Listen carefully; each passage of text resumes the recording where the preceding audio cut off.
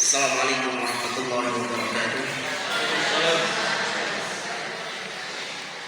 Innal hamdalillah nahmaduhu wa nasta'inuhu wa nastaghfiruh wa na'udzu billahi min shururi anfusina wa min sayyiati a'malina. Man yahdihillahu fala mudilla lahu wa man yudlil fala hadiya lahu. Wa asyhadu an la ilaha illallah wahdahu la syarika lahu wa asyhadu anna Muhammadan abduhu wa rasuluh. Ya ayyuhalladzina amanu taqullaha haqqa tuqatih wa la tamutunna illa wa antum muslimun. Ya ayyuhan nasu taqu rabbakumul ladzi khalaqakum min nafsin wahidah wa khalaqa minha zawjaha wa batha minhuma rijalan katsiran wa nisaa'a wattaqullaha alladzi tasaaluna bihi wal arham innallaha kana 'alaykum raqiba. Ya ayyuhalladzina amanu taqullaha wa qulu qawlan sadida yuslih lakum a'malakum wa yaghfir lakum dhunubakum wa man yuti'illaha wa rasulahu faqad faza fawzan 'azima. Amma ba'd. Fa inna asdaqal hadithi kitabullah wa khairal hadi hadi Muhammadin sallallahu alaihi wasallam wa syarrul umuri muhdatsatuha wa kullu muhdatsatin bid'ah wa kullu bid'atin dhalalah wa kullu dhalalatin finnar.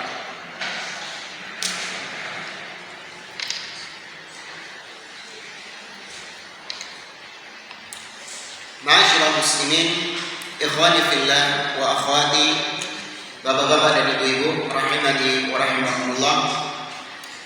Alhamdulillah, segala puji bagi Allah Jalla wa Ala yang karena limpahan nikmatnya dan taufiknya kita dipertemukan kembali oleh Allah di majelis ini untuk kita melanjutkan kembali pembahasan tafsir surah Al-Fatihah. Setelah pada pertemuan yang lalu kita membahas tentang mawadhi' bismillah wa fadluha, tentang tempat-tempat kapan kita membaca bismillah dan keutamaan bismillah. Dan kemarin kita sebutkan ada 12 poin yang disebutkan oleh penulis di sini, yaitu Syekh Muhammad bin Jamil Zainu rahimahullah taala, yang mana apa yang beliau sampaikan dalam kitab ini itu adalah ringkasan dari tafsir Ibnu Katsir. Jadi apa yang ada di tangan ibu-ibu itu kitab atau buku tafsir surah Al-Fatihah itu adalah ringkasan dari tafsir Ibnu Katsir sebenarnya. Dan kemarin ada 12 poin kapan kita membaca bismillah. 10 poin itu bismillah saja, sedangkan 2 tempat itu bismillahirrahmanirrahim, tasmiyah dan apa? Basmalah. Nah, pembahasan berikutnya di halaman yang ke-28 dari buku panduan. Masih ada bukunya Ibu ya? Masih ya, alhamdulillah.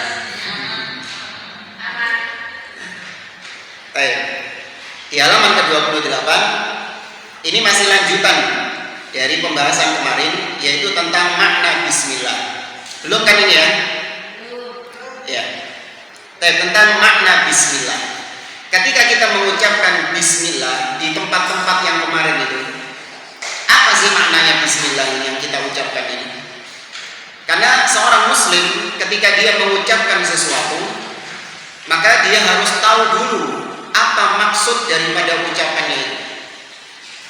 Karena motonya seorang muslim itu sebagaimana kata Imam Al-Bukhari, al-ilmu qabla al-qawli wal amal. Ilmu itu sebelum berucap dan sebelum berbuat. Maka ketika kita mengucapkan bismillah harus ada ilmunya dulu. Apa maksudnya bismillah itu? Apa maknanya bismillah? bismillah itu, dan seterusnya. Maka insya Allah pada pertemuan pagi hari ini kita akan membahas tentang makna bismillah. Baik, di paragraf yang pertama ini beliau membahas dari segi bahasa Arab. Nah, ini ibu-ibu kalau saya jelaskan dari segi nahwunya, saya khawatir baru mulai sudah umok nanti. Iya. Baik, maka saya ringkaskan saja dari apa yang disampaikan sama beliau, bahwasanya seorang ketika mengucapkan bismillah itu sebenarnya ada kata yang tersirat, istilahnya ada kata yang tersirat yang tidak diucapkan, tapi sebenarnya ada kata itu. Seperti misalnya kemarin salah satu tempat di mana kita membaca bismillah itu, contoh seperti misalnya ketika kita mau berhubungan suami istri. Ya, ketika kita mau berhubungan suami istri, kita mengucapkan bismillah. Allahumma jannibna syaitan wa jannibish syaitan ma razaqtana. Nah, ketika kita mengucapkan bismillah, itu ada kata yang tersembunyi di situ. Apa yang tersembunyi itu? Bismillah ujami' zaujati misalnya. Dengan menyebut nama Allah, aku menggauli istriku, gitu. Kalau mau menulis, maka kita mengucapkan bismillah. Nah, ada yang tersembunyi di situ, yaitu bismillah aktub. Dengan menyebut nama Allah, aku menulis. Terus apalagi kemarin itu? Kita mengucapkan bismillah ketika apa? Ketika berwudu. Kita mengucapkan bismillah. Nah, ada yang tersembunyi. Bismillah atawaddo. Dengan menyebut nama Allah, aku berwudu. Ya, maka semua aktivitas-aktivitas yang tadi diawali dengan basmalah atau tasmiyah, maka ada yang tersirat di situ, meskipun kita melafalkan cuma bismillahnya saja. Ketika mau makan misalnya, ketika mau makan kita mengucapkan bismillah. Nah, itu ada sambungannya mestinya itu. Bismillahi akulu. Dengan menyebut nama Allah, aku makan. Paham ibu-ibu ya? Ya, ini dari segi bahasa demikian. Dalilnya Allah berfirman di dalam surah Hud ayat yang ke-41 tentang kisah Nabi Nuh alaihi salam. Allah Subhanahu wa taala mengatakan, "Wa qala irkabu fiha bismillahi majreha wa mursaha inna rabbi laghafurur rahim." Dan Allah mengatakan, irkabu fiha, munggah kapal. Ya, naiklah kalian ke atas kapal, bismillah, dengan menyebut nama Allah, kapal ini berlayar. Ya, dengan menyebut nama Allah, kapal ini berjalan. Artinya dengan menyebut nama Allah, aku menaiki kapal ini. Baik, ini yang disebut atau yang dimaksud oleh beliau di paragraf yang pertama dan paragraf yang kedua. Baik, langsung kita ke paragraf yang ke berapa ini? 1, 2, yang ketiga. Di halaman 28, ibu-ibu langsung ke paragraf yang ketiga. Fal masyru'. Sudah ketemu? Fal masyru'u dzikru ismillahi fi syuru'i fi dzalika kullihi. Maka yang disyariatkan, ya, yang disyariatkan adalah menyebut nama Allah di setiap aktivitas-aktivitas yang disebutkan kemarin itu. Itu yang disyariatkan. Kenapa kita menyebut nama Allah tersebut? Kata beliau, tabarrukan wa tayammunan wasti'anatan 'alal itmami wat taqabbuli wallahu a'lam. Ketika kita mengucapkan bismillah, maka itu dalam rangka tabarrukan, dalam rangka tabarruk, ngalap berkah. Apa itu berkah? Apa itu barokah? Barokah itu adalah ziyadatul khair. Barokah itu artinya adalah tambahan kebaikan. Ya, barokah itu adalah tambahan kebaikan. Maka barokah itu milik Allah. Ya, barokah itu hanya diminta kepada Allah. Makanya ketika kita mengatakan bismillah, kita minta berkah kepada Allah, kita minta tambahan kebaikan dari aktivitas-aktivitas yang kita lakukan dengan menyebut bismillah. Maka kalau barokah, berkah itu hanya milik Allah dan hanya diminta kepada Allah, maka nggak boleh minta barokah kepada selain Allah Subhanahu wa ta'ala. Ngalap berkah kepada pohon-pohon keramat, ngalap berkah kepada batu-batu keramat atau kuburan-kuburan keramat.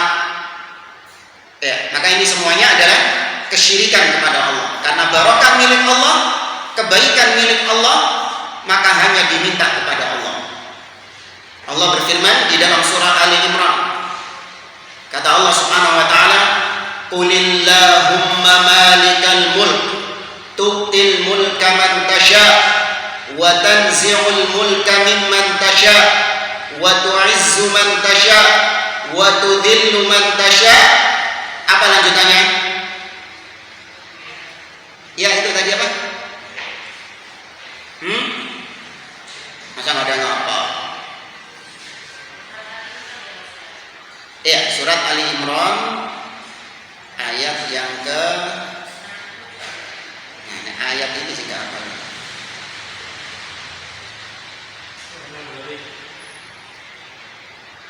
Ya, benar Pak, 26. Ya, ayat 26, surat Ali Imran ayat 26. Qulillahumma malikal mulk. Katakan, ya Allah, rajanya raja, rajanya semua kerajaan. Tu'til mulka man tasya. Kau berikan kerajaan, kepemilikan kepada siapa yang kau kehendaki. Dan kau cabut kepemilikan itu dari siapapun yang kau kehendaki. Kau muliakan siapapun yang kau kehendaki, dan kau hinakan siapapun yang kau kehendaki. Biyadikal khair. Ini pendalilannya. Di tanganmu-lah ya Allah segala kebaikan-kebaikan. Maka hanya milik Allah, di tangan Allah lah segala kebaikan-kebaikan. Maka minta kebaikan, minta barokah itu hanya kepada Allah Subhanahu wa ta'ala. Salah satunya adalah dengan kita membaca bismillah. Ya, kalau kita bahas tentang tabarruk ini panjang lebar. Ya, kapan-kapan insya Allah kalau ada kesempatan mungkin bisa kita bahas tentang masalah tabarruk. Ya, karena tabarruk ada yang syar'i, ada tabarruk yang bid'i, dan ada tabarruk yang syirki. Ya, tabarruk yang syar'i, yang bid'ah, dan yang syirik. Nah, tabarruk yang syar'i seperti misalnya dengan air zam-zam. Kita minum air zam-zam itu mengandung barokah. Kemudian dengan kita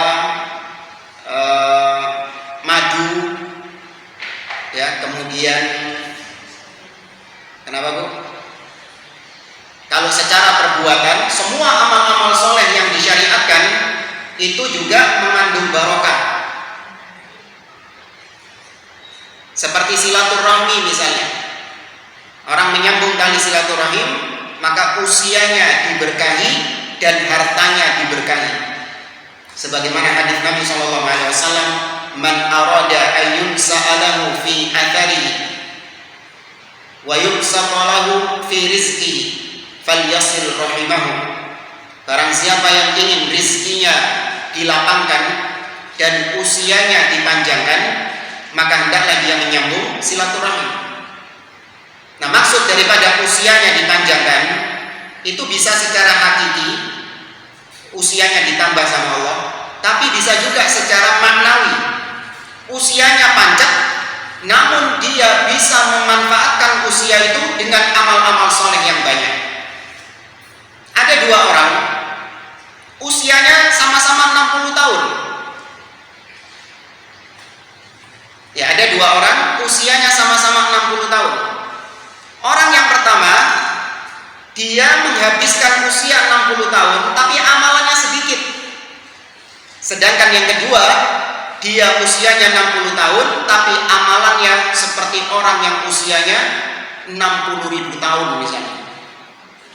Ya, karena amal-amalannya banyak, dia bisa memanfaatkan waktu untuk melakukan amal-amal soleh yang banyak. Maka ini berarti waktunya apa? Diberkahi.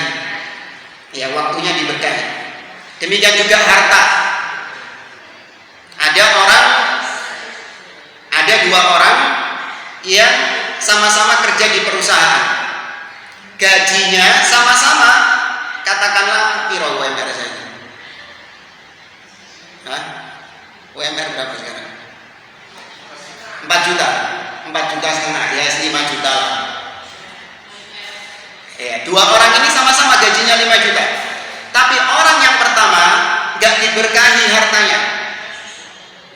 Ketika gak diberkahi hartanya, maka ya dia merasa kekurangan, sampai utang-utang, kemudian anaknya mungkin sakit, motornya kecelakaan, atau macam-macam, kena denda ini, kena tilang dan seterusnya. Sedangkan orang yang kedua, hartanya diberkahi sama Allah, sehingga meskipun gajinya 5 juta, tapi dia bisa mencukupi kehidupan keluarganya, bisa menyekolahkan anak-anaknya, bahkan bisa kurban tiap tahun, bahkan bisa melaksanakan umroh, bisa melaksanakan haji. Yang mungkin orang gajinya 100 juta per bulan belum tentu bisa seperti dia. Berapa banyak orang-orang yang per bulannya itu mendapatkan omset yang besar, tapi tiap tahun nggak bisa kurban dia.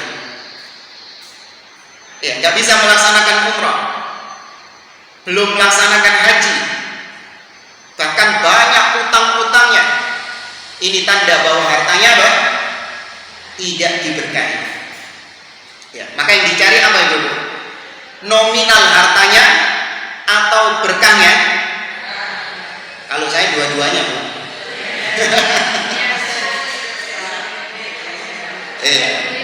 Nominalnya banyak plus diberkahi, insya Allah.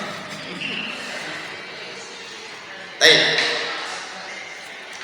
Maka ketika Anda mengucapkan bismillah, itu Anda minta berkah kepada Allah supaya aktivitas Anda diberikan tambahan kebaikan oleh Allah. Kemudian juga kata beliau, wa tayammunan, sama seperti keberkahan tadi, agar diberikan pahala sama Allah. Wasti'anatan, ucapan bismillah tadi juga maksudnya adalah permintaan tolong kita kepada Allah, agar Allah memberikan pertolongan kita ketika kita melakukan aktivitas-aktivitas ini. Jangan menyepelekan aktivitas ibu-ibu. Jangan mengatakan, alah cuman gini tok Ustaz, mosok ate maca bismillah, masa pakai minta tolong kepada Allah. Enteng ini, sungkan minta tolong kepada Allah, nggak enak. Kalau susah baru saya minta tolong kepada Allah. Enggak. Hatta itu perkara yang sepele, perkara yang ringan, tetap minta tolong kepada Allah Subhanahu wa ta'ala. Karena perkara yang sepele tanpa pertolongan dari Allah nggak bisa dikerjakan. Ada orang yang mau pakai sendal, ya mau pakai sendal, dinasihati sama temannya, ente bilang bismillah. Kata dia, wah pakai sendal wae kok ngomong bismillah. enteng ini. Ya, ini ringan ini pakai sendal ini. Gak usah pakai bismillah, gak usah minta tolong kepada Allah. Maka apa jadinya kalau Allah jadikan dia nggak bisa pakai sendal, langsung kena stroke. Gak bisa digerak nasi gini. Nggak bisa pakai sendal dia. Ya, maka minta tolong kepada Allah agar Allah menyempurnakan aktivitas yang akan kita kerjakan, wa taqabbul, dan yang lebih penting lagi agar Allah menerima pekerjaan-pekerjaan yang kita kerjakan itu Allah terima sebagai amal soleh. Nah, kemudian pembahasan berikutnya tentang nama Allah. Masih di halaman 28. Ya, tentang nama Allah. Sebenarnya kalau ibu-ibu masih ingat, ini sudah kita bahas waktu kita bahas tafsir apa? Tafsir ayat kursi. Iya, berapa bulan yang lalu itu, ibu? Tahun lalu, Masya Allah. Ya. Jadi diulangi lagi, nggak apa-apa. Buat murojaah. Dan kita baca halaman 28 yang bawah. Allah, kata beliau, alamun ala Rabbi tabaraka wa ta'ala. Allah itu adalah nama dari Rabb.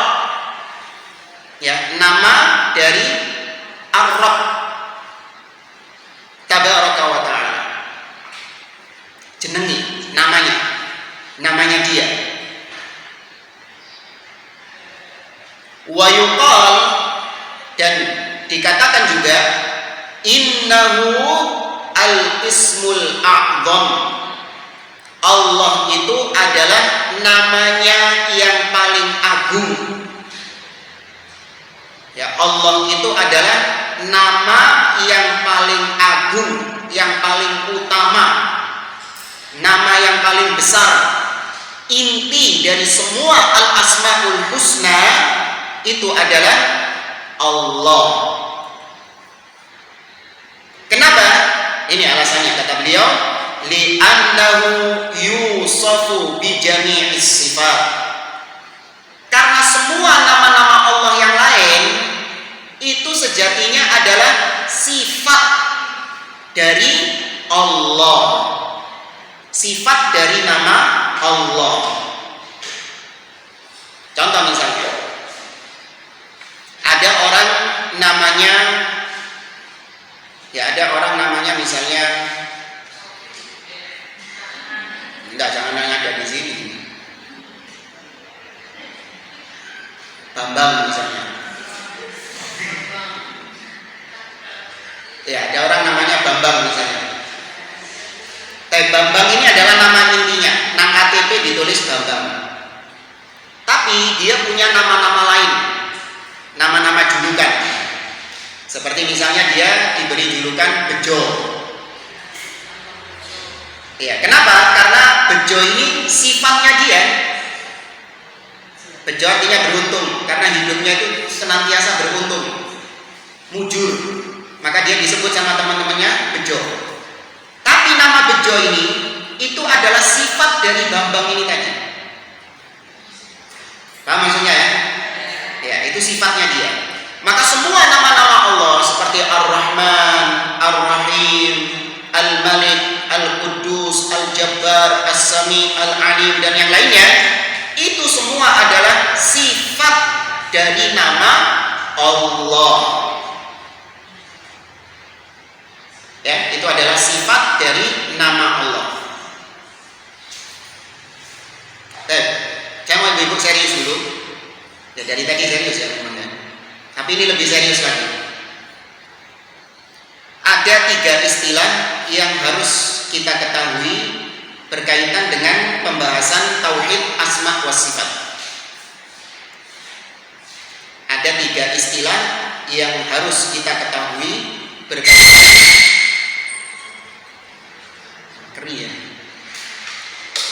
dengan pembahasan tauhid al-asma wa sifat. Dicatat dulu. Yang pertama adalah al-asma.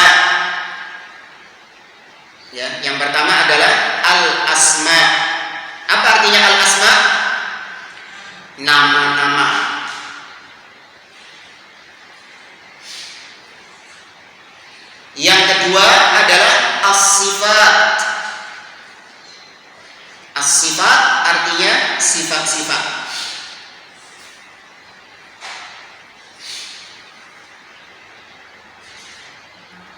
Yang ketiga adalah al-ikhbar. Al-ikhbar artinya pengkabaran, pengabaran, pemberitaan.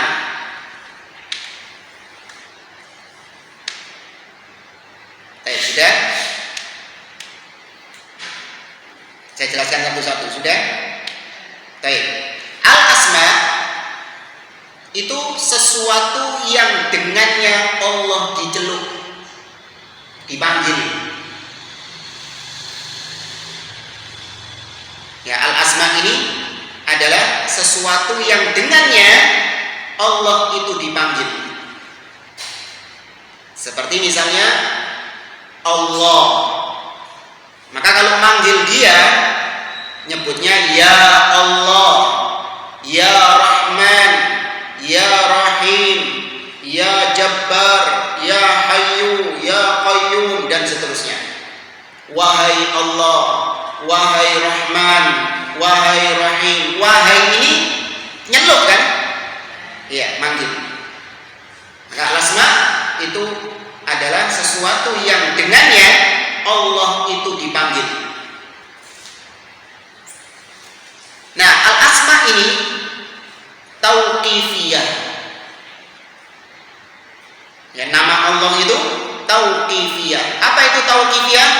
Harus ada dalilnya, baik dari Al-Quran ataupun As-Sunnah. Gak oleh ngarang-ngarang dewi atau ngambil dari sumber lain selain Al-Quran dan Sunnah. Gak boleh. Misalnya dari Bible, dari kitab Taurat atau kitab Injil. Ya, nama Allah di dalam kitab Taurat atau Injil sekarang itu disebut dengan Yahweh. Ya, maka nggak boleh seorang Muslim manggil Allah dengan Yahweh. Kenapa? Karena nama Yahweh itu tidak ditetapkan di dalam Al-Quran dan As-Sunnah. Maka nggak boleh Anda mengatakan ya Yahweh. Nggak boleh. Itu bukan nama Allah Subhanahu Wa Taala. Karena nama Allah tauqifiyah. Tauqifiyah artinya mandek pada dalil. Onok dalile baru kita tetapkan. Nek ke onok dalile ojo ditetapkan. Itu namanya tauqifiyah. Kemudian masih al-asma, masih tentang nama-nama Allah. Selain digunakan untuk memanggil Allah, maka nama ini juga bisa untuk tawassul kepada Allah. Tawassul maksudnya dijadikan perantara dalam berdoa. Seperti misalnya ketika Anda berdoa, perhatikan ini. Ya Allah, bi annaka Rahman irhamni. Kepada papan tulisannya untuk dijelaskan. Tapi perhatikan ya, di sini ada 3 kata. Ya Allah. Kemudian yang kedua, bi annaka Rahman irhamni. Perhatikan 3 kata ini. Ya Allah itu adalah nyeluk, manggilnya. Wahai Allah. Kemudian kata yang kedua, bi annaka Rahman. Nah, ini tawassulnya ini, perantaranya ini. Ya Allah, karena Engkau adalah Ar-Rahman yang Maha Penyayang. Baru kata yang ketiga, requestnya. Apa requestnya? Irhamni, sayangi aku, rahmati aku. Maka ada 3 kata tadi.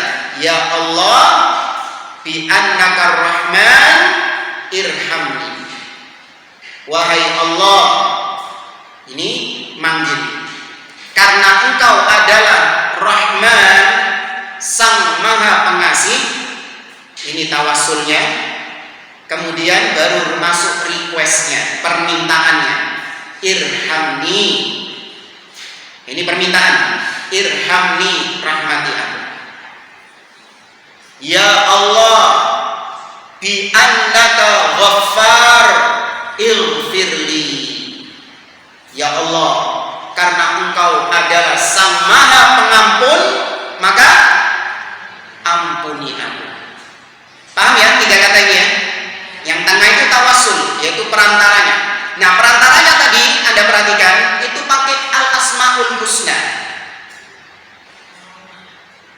Ya, yang itu pakai al-asma al-husna, nama-nama Allah Subhanahu wa taala. Itu secara asal tidak boleh dipakai untuk berdoa. Kok berdoa? Manggil, afwan, salah, keliru. Tidak boleh dipakai untuk manggil Allah. Kenapa? Karena sifat itu bukan nama Allah. Seperti misalnya ibu-ibu ya. Ibu ini punya sifat apa? Pinter. Ya, punya sifat cantik. Punya sifat cerdas. Punya sifat tinggi. Punya sifat putih. Apalagi? Hah? Ya wes itulah. Toib. Maka sifat-sifat itu, apakah itu nama Anda? Bukan. Anda nggak akan noleh ketika dipanggil putih. Kecuali kalau memang Anda terkenal dengan nama itu. Ya, tapi kalau Anda cuma sebatas punya sifat putih, kulitnya putih, maka itu bukan nama Anda. Jadi ketika ada orang ngeluh manggil Anda, putih, nggak mungkin Anda noleh, karena itu bukan nama Anda. Tinggi, ya, tinggi itu kan ini ya, yang di kasur itu biasanya, iya kan? Iya, itu kan namanya tinggi. Kutu kasur itu, nah, itu tinggi. Maka itu sifat. Ya, sifat tidak bisa dipakai untuk manggil Allah. Contoh, Allah memiliki sifat ilmu. Allah punya sifat as-sama, yaitu pendengaran. Allah punya sifat an-nuzul, yaitu turun ke langit dunia. Allah punya sifat istiwa, yaitu berada tinggi di atas arsy. Ya.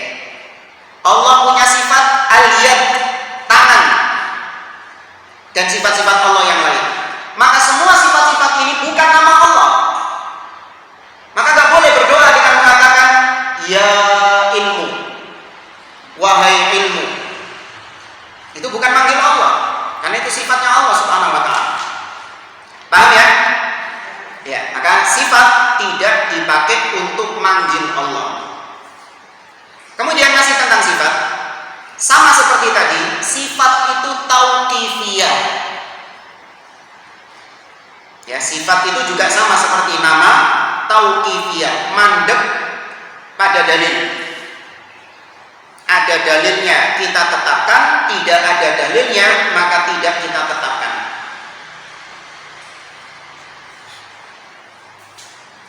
Nah, kemudian sifat itu bisa dipakai buat tawassul. Nah, sifat bisa dipakai buat tawassul, perantara dalam berdoa. Contoh misalnya, ya Allah, bi rahmatika astaghith. Nah, ya Allah, ini manggilnya. Bi rahmatika, dengan rahmatmu. Rahmat, perhatikan di sini. Rahmat itu nama Allah atau sifat Allah? sifat. Namanya apa? Dari kata rahmat ini ada nama Allah. Dari kata rahmat ini ada nama Allah di situ. Apa nama Allah yang diambil dari kata rahmat?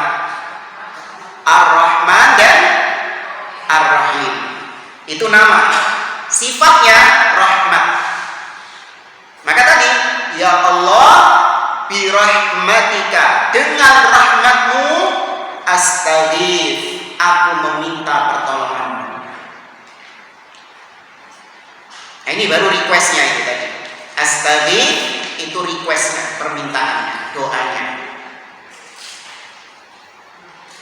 Ibu-ibu yang bawa mushaf bisa dibuka di surah An-Naml. Di surah An-Naml di halaman yang kedua, ayat yang ke 19.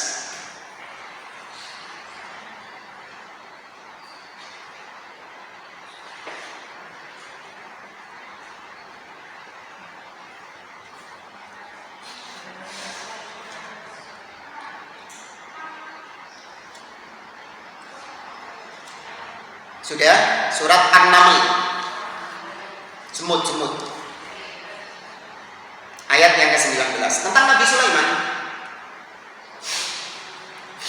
Tapi ayat 19 ini ambil yang terakhir-terakhirnya. Doanya Nabi Sulaiman ini. Doanya panjang. Rabbi auzi'ni an ashkura ni'mataka allati an'amta 'alayya wa 'ala walidayya wa an a'mala salihan tarda. Nah, perhatikan yang terakhir ini. Wa adkhilni bi rahmatika fi ibadika as-salihin. Nah, ini yang kita maksud tadi. Dan masukkan aku ya Allah ke dalam golongan hamba-hambamu yang soleh bi rahmatika, dengan rahmatmu. Tawassulnya yang mana ini? Bi rahmatika, itu tawassulnya. Sedangkan requestnya adkhilni, lebokno aku, masukkan aku ke dalam golongan orang-orang yang soleh. Paham? Paham ibu-ibu? Ya. Baik. Antara nama dengan sifat. Ya, balik lagi, nama dengan sifat. Nama, setiap nama Allah itu pasti mengandung sifat. Ya, setiap nama Allah itu pasti mengandung sifat di dalamnya. Beda kayak nama kita. Nama kita itu terkadang nggak mengandung sifatnya. Contoh, ada orang namanya Soleh, tapi sifatnya gak ono soleh-soleh neblas, jenenge tok soleh. Itu manusia. Tapi kalau nama Allah enggak, namanya itu pasti mengandung sifat yang terkandung dalam nama tersebut. Nama Ar-Rahman, nama Ar-Rahim bukan cuma sekedar nama, tapi ada sifatnya yang terkandung di dalamnya, yaitu sifat rahmah. Nama Al-Alim, ya, nama Al-Alim, Al-Alim yang maha mengetahui. Maka bukan cuma sekedar nama, tapi ada sifatnya, yaitu sifat ilmu. Ya, sifat ilmu. Ada orang namanya apa? Pinter itu biasanya kalau dipakai buat nama jadi apa namanya? Hah? Apa? Ayat Zaki, yang cerdas. Zaki. Tapi longor. Tapi orangnya bandel. Namanya Zaki, cerdas. Tapi wongnya longor. Tapi kalau Allah enggak, namanya Al-Alim, yang maha mengetahui, dan dia memang punya sifat ilmu. Dan terapkan ini pada semua nama-nama Allah. Allah punya nama punya sifat pendengaran. Allah punya nama Al-Basir, yang maha melihat. Sifatnya Al-Basar, penglihatan. Paham? Nah, tadi balik ke kaidah tadi, setiap nama pasti punya sifat, tapi tidak sebaliknya. Awas. Sifat itu belum tentu bisa jadi nama. Ya, sifat belum tentu bisa jadi nama. Contoh, Allah punya sifat al-ghadab. Apa itu al-ghadab? Marah, murka. Itu sifat Allah. Allah tetapkan di dalam Al-Quran, seperti dalam surah An-Nisa, wa man yaqtul mu'minan muta'ammidan fajaza'uhu jahannam khalidan fiha wa ghadiballahu alaihi wa la'ana. Barang siapa yang membunuh seorang mukmin dengan sengaja, maka balasannya neraka jahanam, dia kekal di sana. Wa ghadiballahu alaihi, dan Allah murka kepada dia, Allah marah kepada dia. Berarti Allah punya sifat murka, marah. Tentu semua sifat Allah sebagaimana kaidahnya tidak sama dengan sifat makhluk. Tidak sama dengan sifat-sifat makhluk. Ya, dan nggak boleh ditanyakan bagaimana sifat Allah itu. Ya, kita tetapkan saja Allah marah, tapi marahnya Allah nggak sama dengan marahnya makhluk dan seterusnya. Baik. Maka Allah ketika punya sifat marah, Allah tidak punya nama Al-Ghadib, yang maha pemarah. Nah, itu nggak ada. Jadi jangan manggil Allah dengan nama Al-Ghadib. Ya Ghadib, wahai yang maha pemarah. Itu bukan nama Allah, meskipun sifatnya Allah marah. Tapi Allah tidak pernah mengatakan bahwa dia namanya Al-Ghadib. Engkau nengeni jeneng anak jangan Abdul Ghadib. Nggak boleh. Iya. Hambanya Sang Maha Pemarah.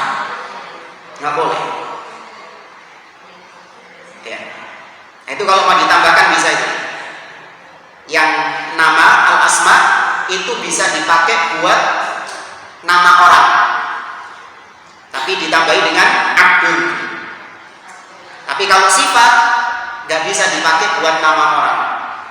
Abdul Istiwa, ya Abdul Istiwa, Abdul Nuzul, hambanya yang maha turun. Allah kan turun. Kapan Allah turun?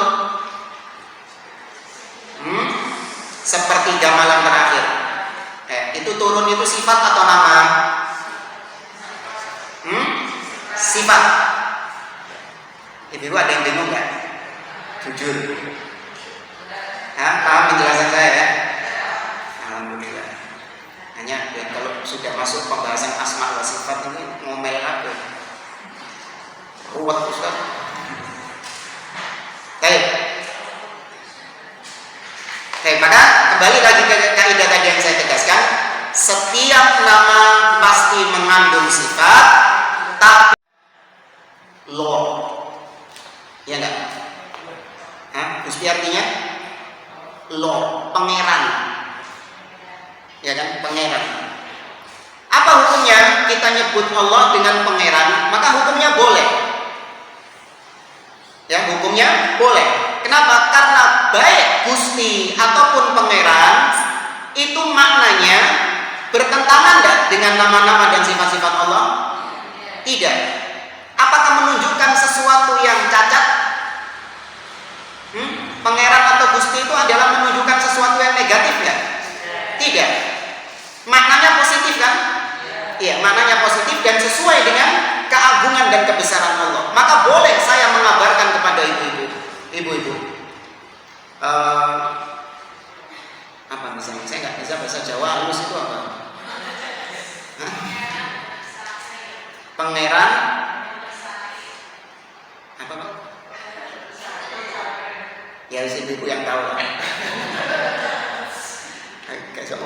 bagus.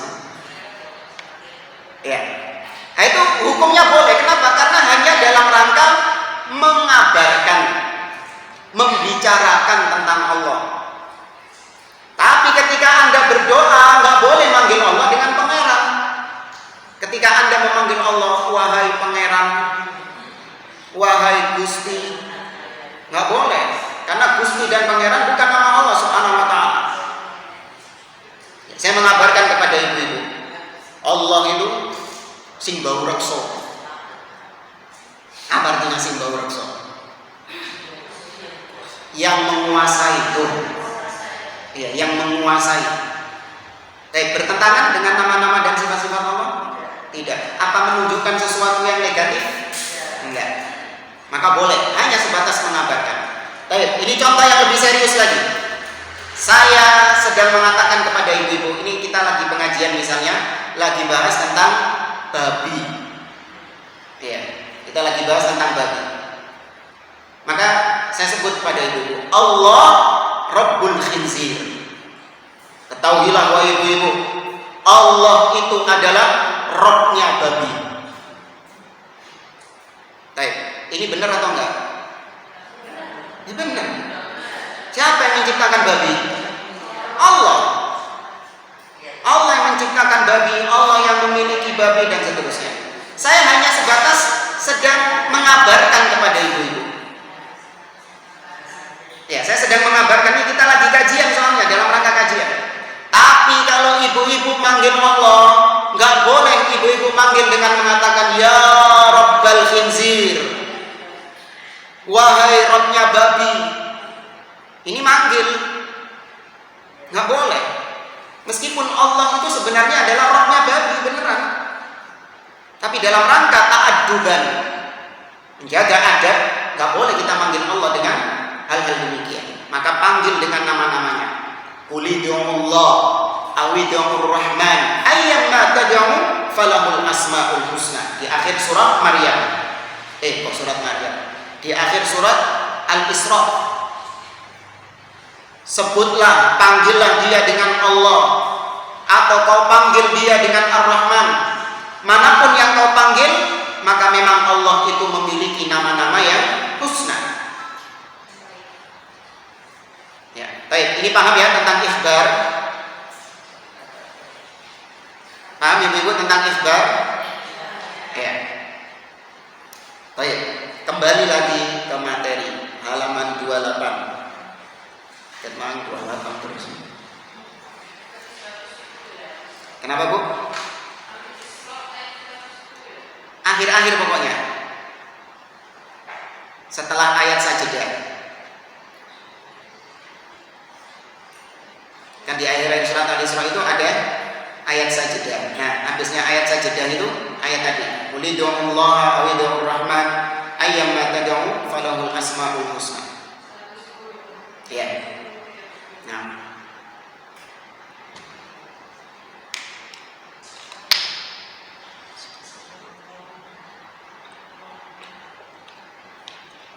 kita kembali ke halaman 28. Allah adalah namanya dia yang paling inti. Karena semua nama-nama Allah, ya semua nama-nama itu kembalinya kepada nama Allah. Kama qala ta'ala, seperti firman Allah di dalam surah Al-Hasyr ayat 22 sampai 24. Coba perhatikan bukunya ini. Di sini disebutkan banyak sekali al-asmaul husna. Tapi perhatikan, sebelum menyebut nama-nama Allah itu, maka diawali dulu dengan nama yang paling agung, yaitu Allah. Perhatikan ayatnya. Huwallahul ladzi la ilaha illa alimul ghaibi wasyahadah huwar rahmanur rahim. Sebelum menyebut alimul ghaibi wasyahadah, sebelum menyebut Ar-Rahman Ar-Rahim, apa dulu yang pertama tadi? Allah. Ayat setelahnya, Huwallahul ladzi la ilaha illahu al-malikul quddusus salamul mu'minul muhaiminul azizul jabbarul mutakabbir subhanallahi amma yusyrikun. Sebelum menyebut al-malik, al-quddus, al-jabbar dan seterusnya, maka yang pertama dulu apa tadi disebut? Allah. Huwallahul khaliqul bari'ul musawwir lahul asmaul husna. Sebelum menyebut al-khaliq, al-bari', al-musawwir, itu nama-nama Allah. Sebelum menyebut itu diawali dulu dengan Allah. Maka berarti Allah itu adalah nama yang paling a'zam, yang paling agung. Tambahan, nggak ada di buku ini. Keistimewaan nama Allah yang pertama tadi itu, ya, keistimewaan nama Allah yang pertama tadi adalah bahwasanya nama Allah inti dari semua al-asmaul husna. Itu keistimewaan yang pertama. Keistimewaan yang kedua, nama Allah adalah nama yang paling banyak disebut di dalam Al-Quran. Ya, kalau saya baca penjelasan para ulama, itu sekitar 2200 kali. Nah, anak nggak ngitung, cuman ngerpek aja dari para ulama. Kalau mau bukti, hitungan diri. 2200.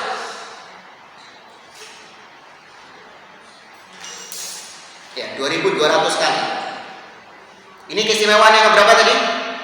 2. Keistimewaan yang ketiga, nama Allah itu adalah nama yang disebut dalam zikir, dalam zikir-zikir kita. Seperti misalnya tasbih. Ketika kita bertasbih, apa itu tasbih? Ucapan apa tasbih? Subhanallah. Pernah dengar Subhanar Rahman, Subhanar Rahim? Nah, yang ada Subhanallah. Kemudian takbir. Apa itu takbir? Allahu Akbar. Gak pernah saya mendengar Ar-Rahmanu Akbar, Ar-Rahimu Akbar, tapi Allahu Akbar.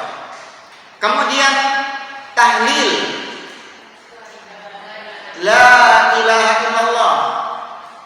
Ya, bukan la ilaha ar-Rahman. Ya, la ilaha illa ar-Rahman. Kemudian juga misalnya tahmid, alhamdulillah. Ya, Allah yang disebut. Dan itu keistimewaan yang ketiga. Keistimewaan yang keempat, nama Allah itu adalah nama satu-satunya yang ketika kita memanggil Allah maka disebutkan secara lengkap dengan alif lamnya. Seperti misalnya Ar-Rahman Ar-Rahim, Al-Hayyu Al-Qayyum. Coba kalau kemasukan huruf panggilan ya. Ketika Anda memanggil Allah pakai ya, coba tadi yang nama Al-Hayyu Al-Qayyum, kalau kemasukan ya, jadinya apa? Alif lamnya mana? Hah? Hilang. Iya kan? Pernah dengar nggak? Ya Al-Hayyu Al-Qayyum. Nggak ada alif lamnya, jadi hilang. Ya Rahman, Ya Rahim, Ya Jabbar, Ya Malik, Ya Kudus. Alif lamnya hilang kabeh. Tapi kalau Allah apa? Si Allah alif lamnya masih ada. Ya Allah. Oh. Wis nama Allah ini tok. Yang alif lamnya itu masih ada. Yang lain hilang semuanya. Ya, ini 4 keistimewaan dari nama Allah. bukan berarti kita merendahkan nama-nama yang lain ya, awas. Semua nama-nama Allah husna. Tapi di antara semua itu yang paling husna nama apa? Allah. Yang paling inti itu nama Allah. Baik. Lanjut halaman 29. Kata beliau, fa ajra al asma al baqiyata kullaha sifatun lahu. Maka terapkan semua nama-nama Allah yang lain, terapkan itu sebagai sifat bagi nama Allah. Qala ta'ala, Allah berfirman, walillahil asmaul husna fad'uhu biha. Dan Allah memiliki nama-nama yang husna, nama-nama yang paling baik, yang paling agung. Maka panggillah Allah dengan nama-nama itu. Baik. Kita kalau manggil Allah ketika berdoa, ini namanya tawasul ya. Yang tadi kita sebutkan, tawasul dengan nama-nama Allah. Ketika kita berdoa meminta sesuatu, maka kita bisa menggunakan nama-nama Allah yang pas dengan apa yang kita minta. Ini bagi yang paham maknanya, awas. Jangan sampai keliru, karena kalau keliru jadi nggak enak doanya, nggak pas. Iya.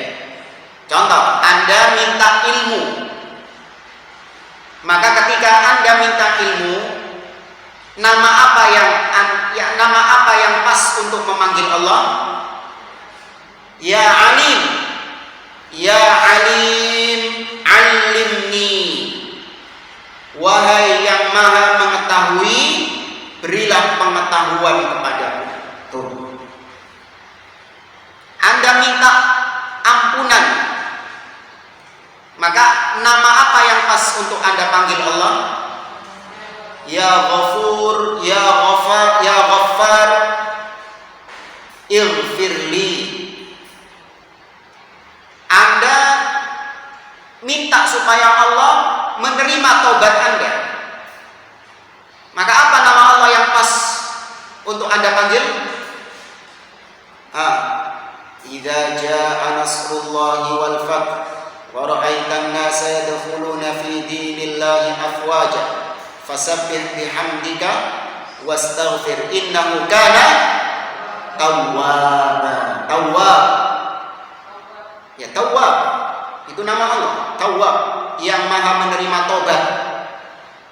Maka panggil Allah, Ya Tawwab. Ya Tawwab tub alayya. Wahai yang maha menerima taubat, terimalah taubatku. Nah, jangan sampai keliru. Nama yang dipanggil gak pas sama requestnya. Contoh,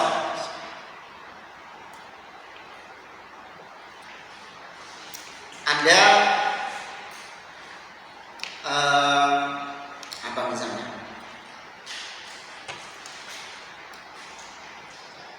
Anda mendoakan keburukan bagi orang kafir misalnya. Ya, Anda mendoakan keburukan bagi orang kafir.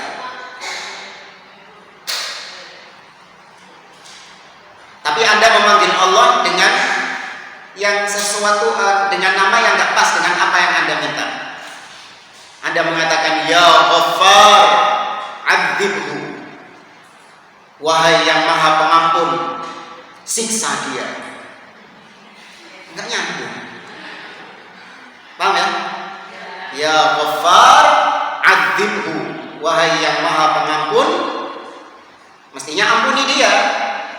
Tapi nggak boleh minta ampun kepada Allah bagi orang kafir, nggak boleh. Ini minta supaya Allah mengazab dia, tapi keliru manggilnya. Ya, harusnya Ya Jabbar, Ya Qawi, yang maha perkasa, yang maha kuat.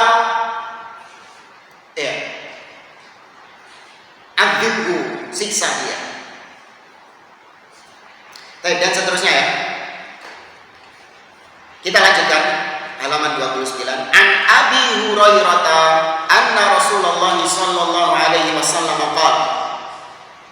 Dari Abu Hurairah radhiyallahu taala anhu, Nabi sallallahu alaihi wasallam bersabda, "Inna lillahi tis'atan wa tis'ina isman mi'atan illa wahidah man ahsaha dakhalal jannah." Ini hadis banyak yang salah paham sebagian orang. Saya tes dulu ya. Berapa jumlah nama-nama Allah?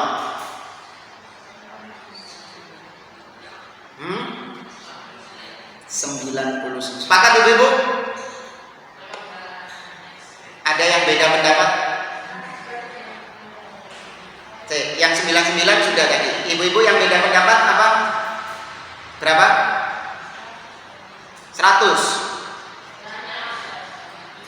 Banyak. 100 ya, 99 banyak. Apalagi ada lagi? Wallahu a'lam, itu jawaban yang paling enak.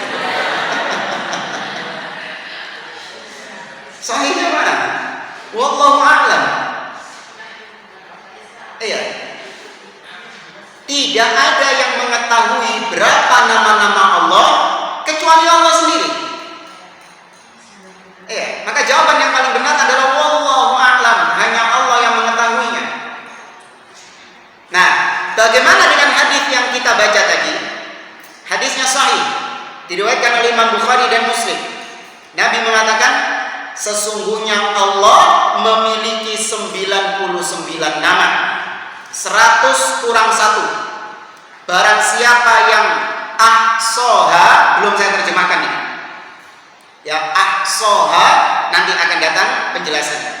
Barang siapa yang mengahso, maka dia akan masuk surga. Kata para ulama, hadis ini bukan pembatasan bahwa nama Allah cuma 99. Tapi hadis ini maknanya adalah ada 99 nama Allah yang punya keistimewaan, yang barang siapa mengahsonya maka dia masuk surga. Ini kalau saya ibaratkan seperti misalnya ada fulan, dia itu punya uang 10 juta untuk sedekah masjid. Ya, dia punya 10 juta untuk sedekah masjid. Baik, apakah maknanya dia cuma punya uang 10 juta saja? Tidak. Dia punya uang lebih dari itu, tapi yang buat sedekah ke masjid berapa? 10 juta tadi.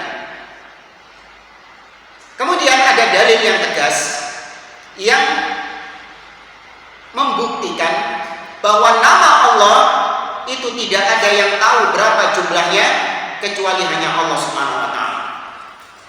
Dalilnya adalah doa yang diajarkan oleh Nabi sallallahu alaihi wasallam. Nabi pernah berdoa, Allahumma inni as'aluka bi kulli ismin huwa lak sammaita bihi. Ada yang tahu lanjutannya?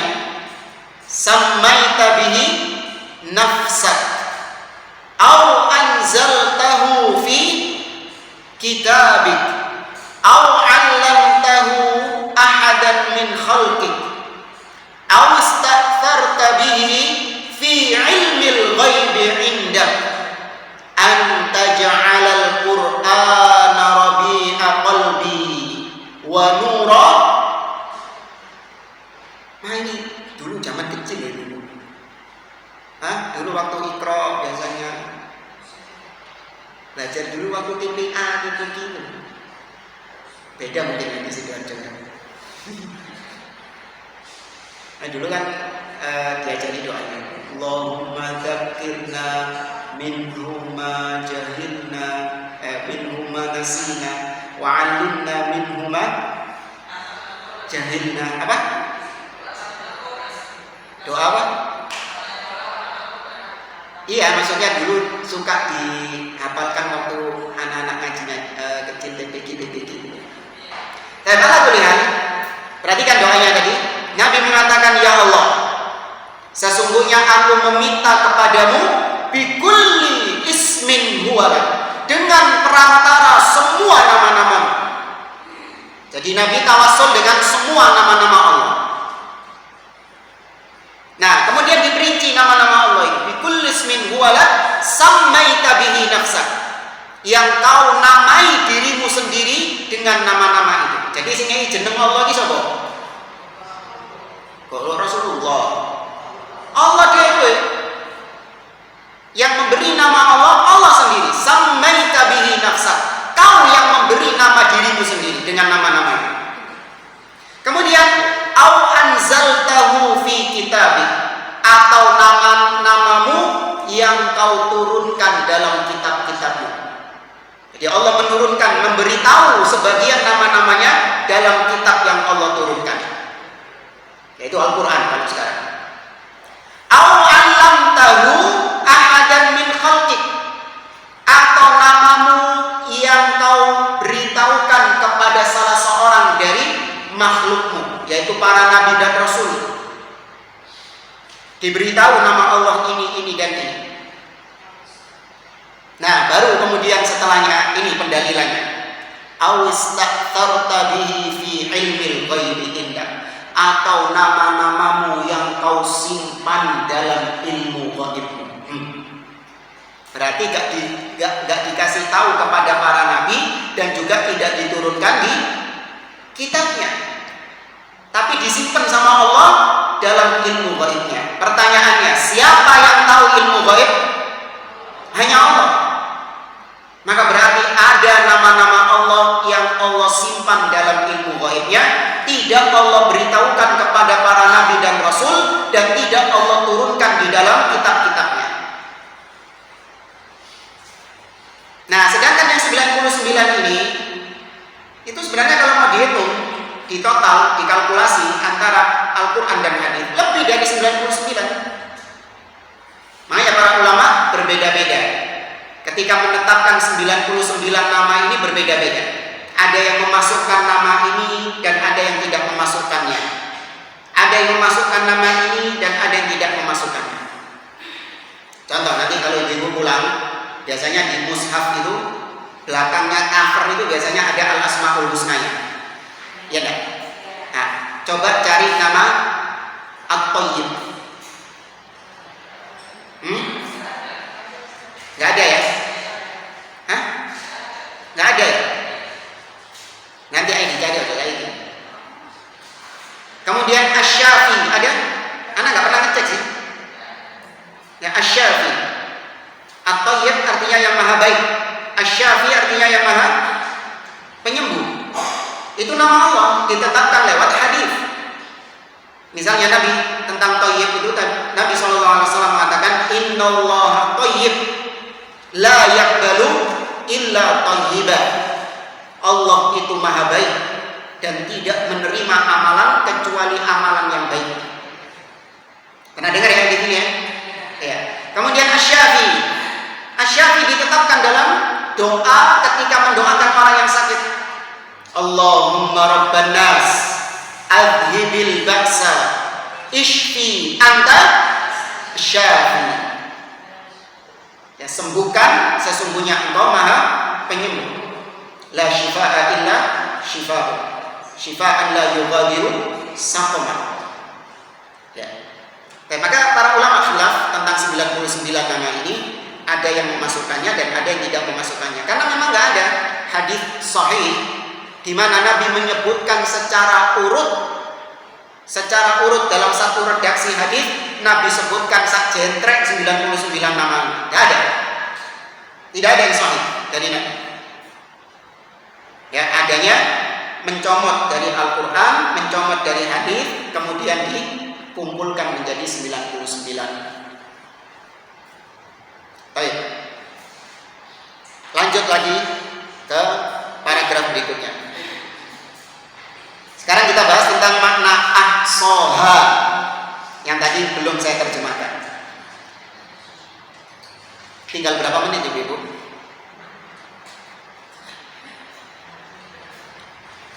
Saya ringkas saja ya.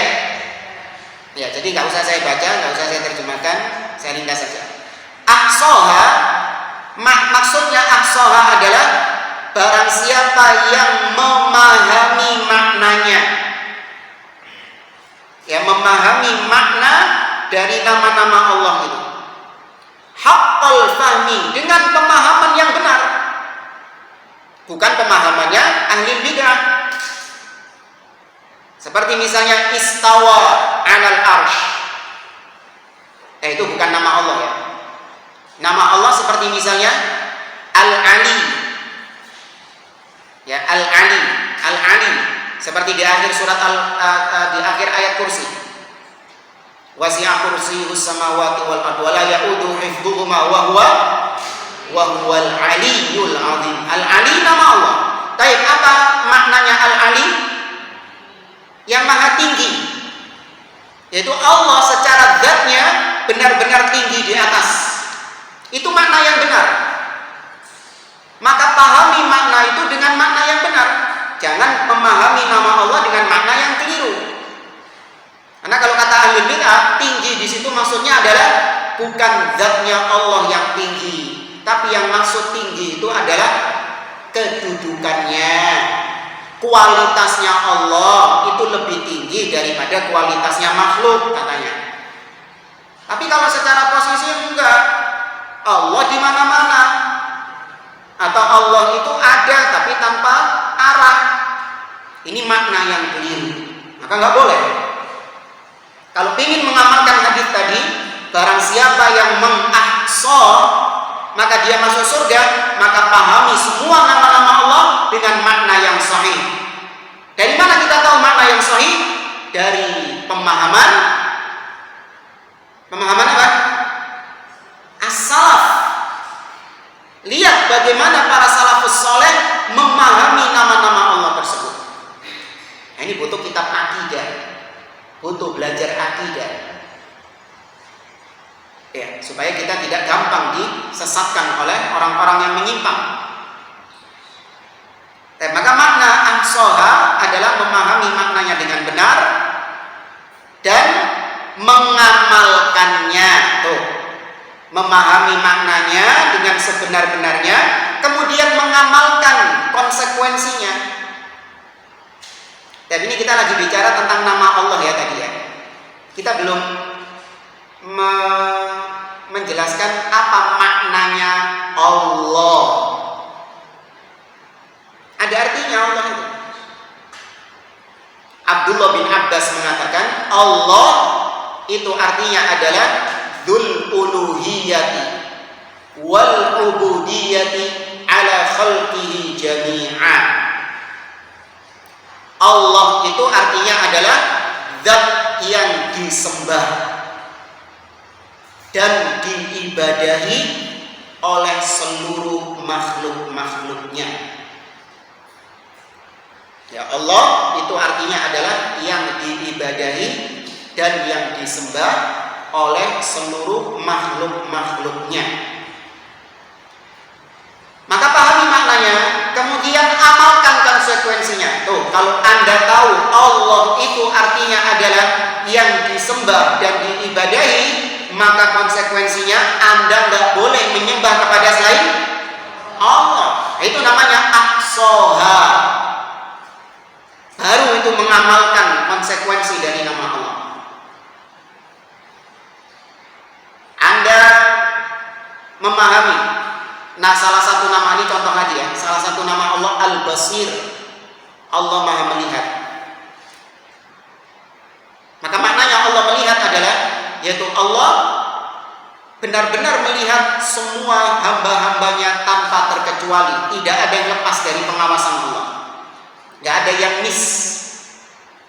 Beda kalau kita lihat CCTV.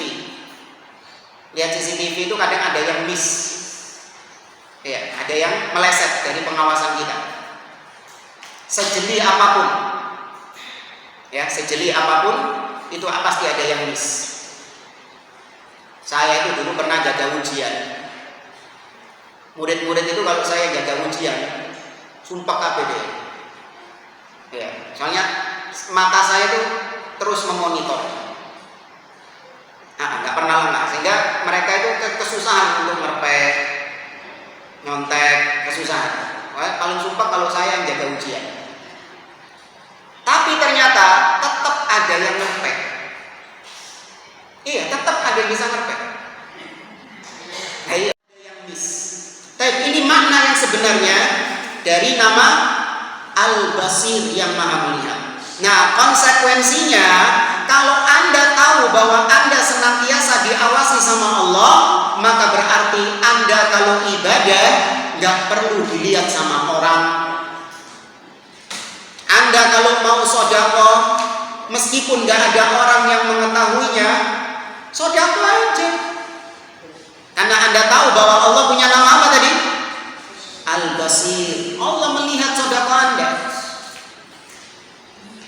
Allah melihat ibadah Anda, Allah melihat sujud Anda, Allah melihat zikir Anda.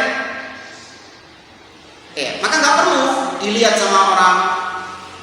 Demikian juga kalau Anda tahu Allah Maha melihat, maka Anda malu untuk bermaksiat kepada Allah. Maka itu namanya ahsaha, mengamalkan konsekuensi dari nama-nama Allah tersebut. Nah, kemudian di paragraf yang terakhir, beliau menyinggung kesalahan sebagian orang ketika memahami ahsaha.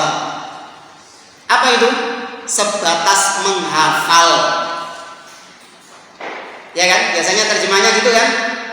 Barang siapa yang menghafalnya, maka dia masuk surga.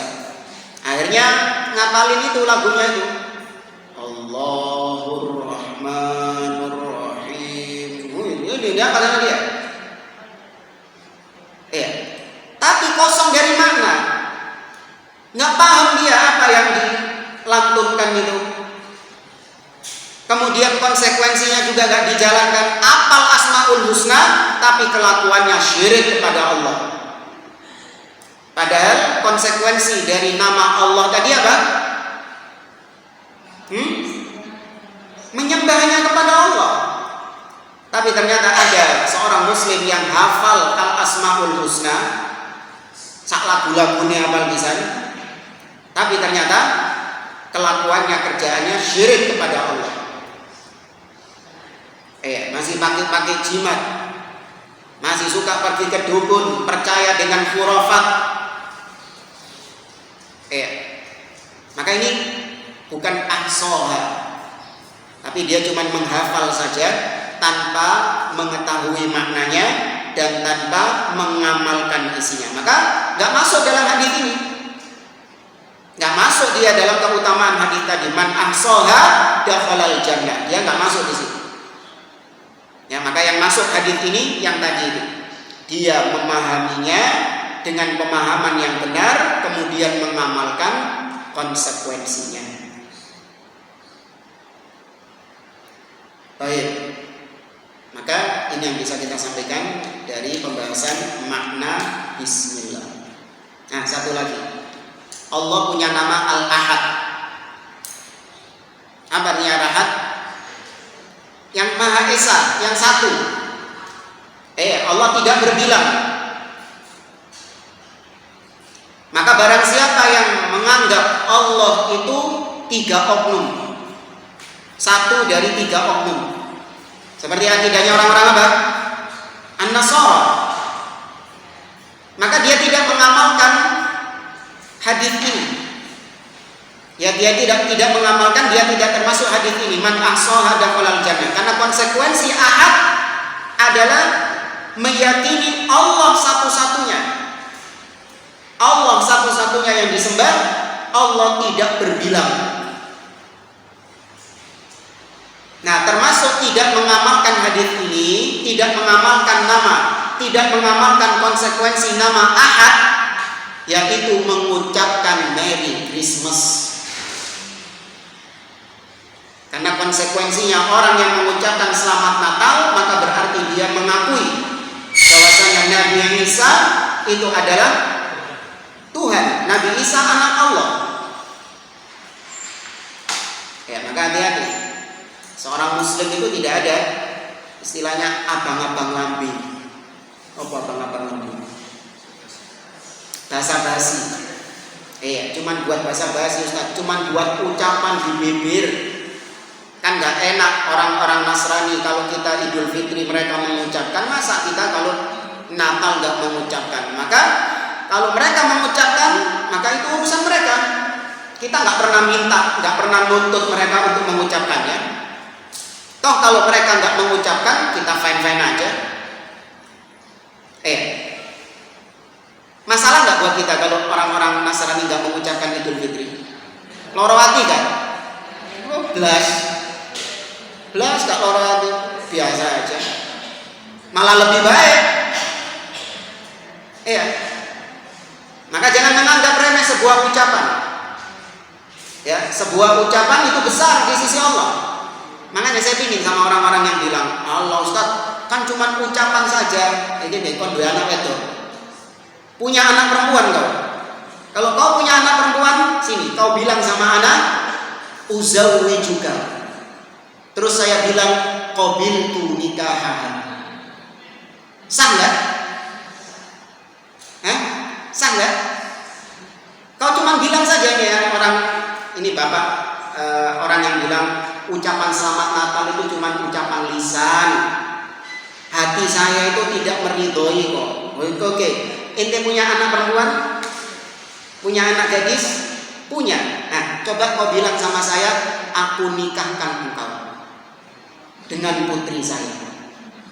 Terus saya jawab, saya terima nikahnya. Sah? Tak rapi anakku. Kan cuma nikah, cuma ucapan. Talak itu juga dengan ucapan saja. Maka ucapan itu ada konsekuensinya. Jangan cuma bilang hanya sebatas ucapan basa-basi. Termasuk juga yang akan datang ini, yaitu tahun baru. Tahun baru itu juga termasuk Id mereka, hari raya mereka. Maka umat Islam nggak boleh ikut-ikutan. Jamaah, anak kira yang bisa kita sampaikan. Mungkin ada yang mau ditanyakan. Tafadhol.